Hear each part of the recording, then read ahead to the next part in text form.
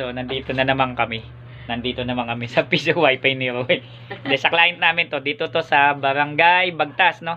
Carissa Phase 3. Block 23, Lot 6. So, mga taga Block 3, Lot 26. O, Carissa Phase 3. Dito pa kayo mag-wifi, sulit na sulit. So, mayroon na dito, kompleto to, one-stop shop. May kasama ng GCash. So, mga nag-scatter dyan.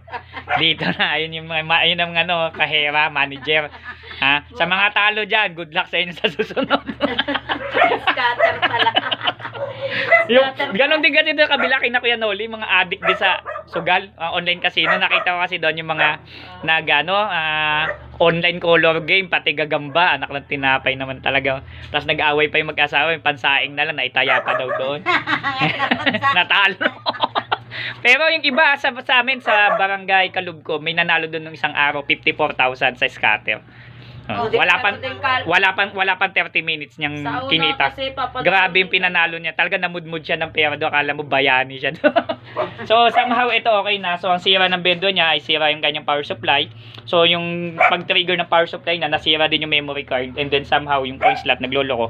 Kasi kinakapos na ng supply. So kulang na ng supply. Yan, parang air supply. Maraming salamat. Okay na po. So, smooth na smooth. Maraming salamat sa tiwala. Ma'am, maraming salamat po. PC mo, gawa mo. Don't forget to subscribe.